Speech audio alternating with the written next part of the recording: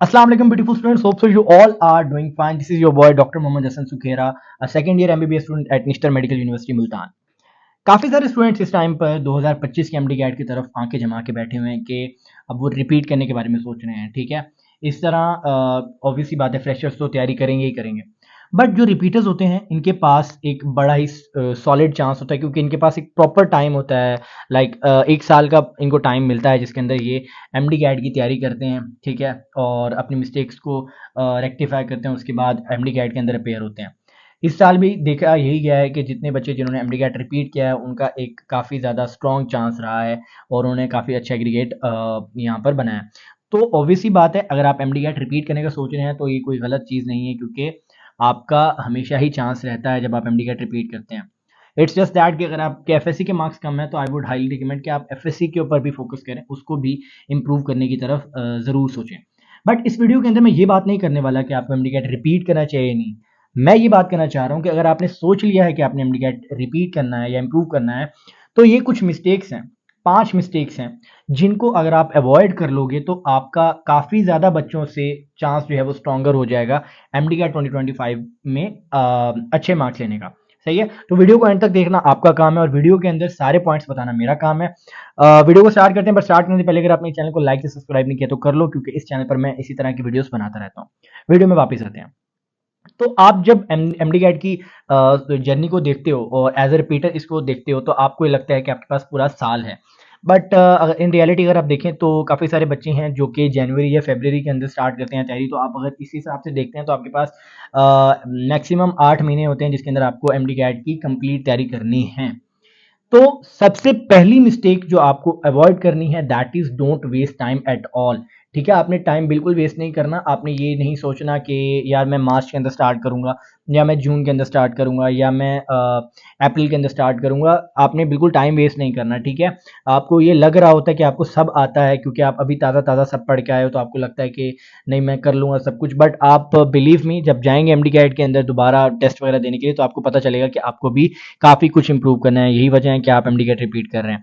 तो I would highly recommend कि आप टाइम वेस्ट ना करें, जितना जल्दी हो सके आप एमडी कैट रिपीट की जर्नी के ऊपर आ जाएं, क्योंकि अगर आप अब सोच ही लिया आपने करना है तो फिर आप टाइम वेस्ट क्यों कर रहे हैं। ठीक है, तो मैं तो यही प्रेफर करूंगा आप जनवरी के अंदर अगर आपको सेशन मिलता है या जनवरी या दिसंबर के अंदर आपको सेशन मिलते हैं एमडी कैट के ऑफलाइन, तो बिल्कुल आप उनको ज्वाइन कर सकते हैं। काफ़ी सारे बच्चे हैं जो ऑफलाइन सेशंस को प्रेफर करते हैं, तो फिर ऑफलाइन बेहतर है। कुछ ऑनलाइन को करते हैं तो ऑनलाइन आप कर लें, बट जल्दी स्टार्ट कर लें, don't waste your time at all.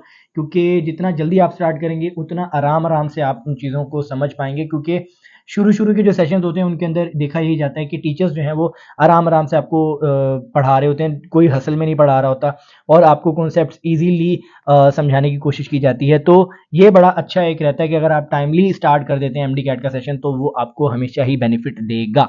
Okay, जो दूसरी मिस्टेक आपको अवॉइड करनी है एमडी कैट रिपीट करते हो, that is don't take complete session.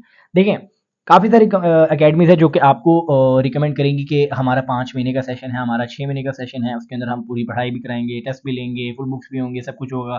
तो आपने इस तरह की चीज़ नहीं लेनी। ठीक है, आई एम नॉट सेइंग कि ये कोई बहुत गलत चीज़ है, बट मेरा पर्सनल एक्सपीरियंस यही रहता है कि आप जब कंप्लीट सेशन लेते हैं तो उसके अंदर आपके पास कहीं पर भी कोई एक रूम नहीं होता जिसके अंदर आप जो है अपनी सेल्फ इवैल्यूएशन कर पाओ, अपनी सेल्फ स्टडी के लिए टाइम निकाल पाओ।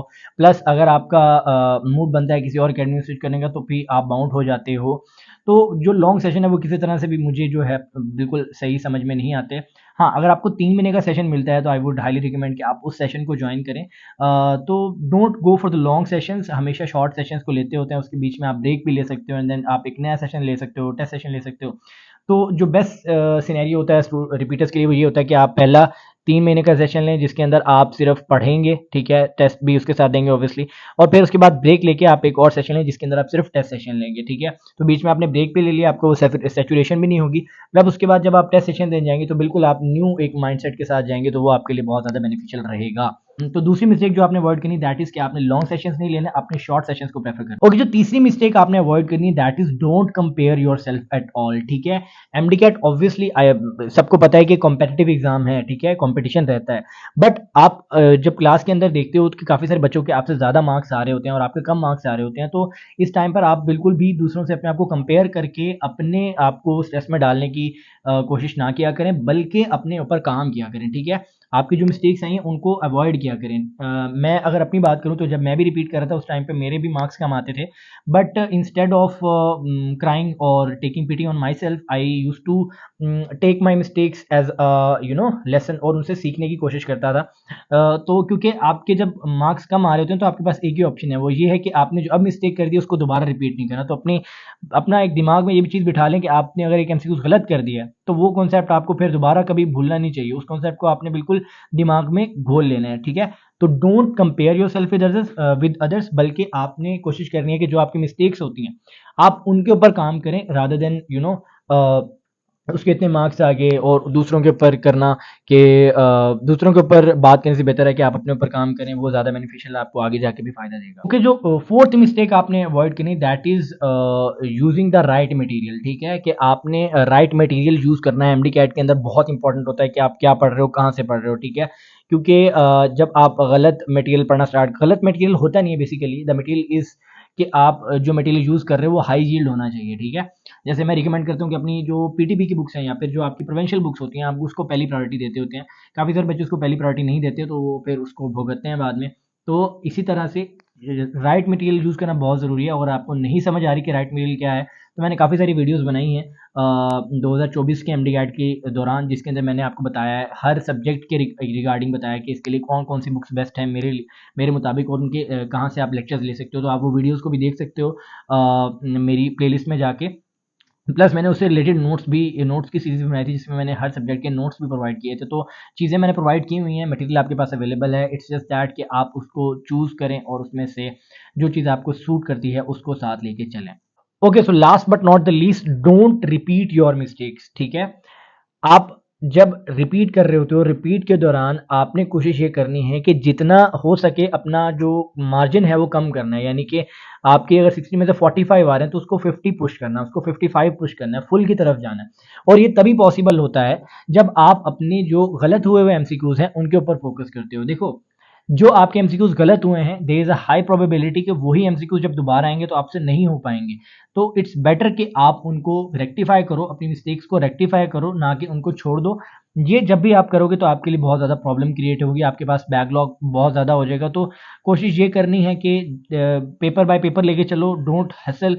आपके पास टाइम बहुत ज़्यादा है, इट्स जस्ट दैट कि आपने उसको सही से यूटिलाइज करना है, बहकना नहीं है, ठीक है। काफ़ी लंबा टाइम होता है तो उसमें काफ़ी सारे बच्चे बहक जाते हैं, तो वो अपने इस ट्रैक से हट जाते हैं। अपने ट्रैक से नहीं हटना, आपने कोशिश करनी है ट्रैक पे रहना है और अपनी मिस्टेक्स को अवॉइड करना है। जितना मिस्टेक्स को कम करोगे, मिस्टेक्स के ऊपर काम करोगे, उतने ही ज़्यादा मार्क्स आएंगे आपके। ये आप अपने दिमाग में बांध लो एंड ये दिमाग से निकाल दो कि नेशनल होगा, प्रोविंशियल होगा, ये बात की बात है और ये सबके लिए बराबर होगा। द थिंग इज़ कि आपने अपने आप को प्रिपेयर रखना है जैसी भी सिचुएशन हो, ठीक है। अगर प्रोविंशियल होता है तो उसके लिए भी मैं बता दूंगा आपको, अगर नेशनल होता है तो उसके लिए भी गाइडलाइंस मिल जाएंगी आपको। द थिंग इज़ कि आपने बस अपनी प्रिपरेशन को स्टार्ट करना है जल्दी से जल्दी। So that was my video, जिसके अंदर मैंने कोशिश की कि आपको बताऊं कि कुछ मिस्टेक्स हैं जो आप एज अ रिपीटर कर सकते हैं और इन मिस्टेक्स को आपने बिल्कुल नहीं करना। होप सो कि इस वीडियो से आपको बेनिफिट मिले और यही था आज के लिए। इंशाल्लाह आपसे मिलता हूं नेक्स्ट वीडियो में, तब तक के लिए अल्लाह हाफिज़।